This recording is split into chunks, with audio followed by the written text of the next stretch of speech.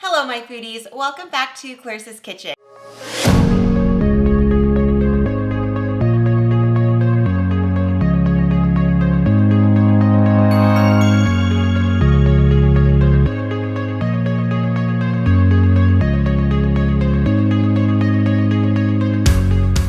Today I'm going to be sharing with you a holiday appetizer just in time for the holiday parties. Now this appetizer can be made all year round, but I figured since holiday parties are right around the corner, if you are assigned to making an appetizer, you'll definitely want to make this whipped feta dip with roasted garlic and olives. And if you're not an olive lover, I completely understand because you could change up the flavors with maybe some roasted tomatoes and corn. You can make it more on the sweet and salty end by adding some fig jam and crispy pancetta.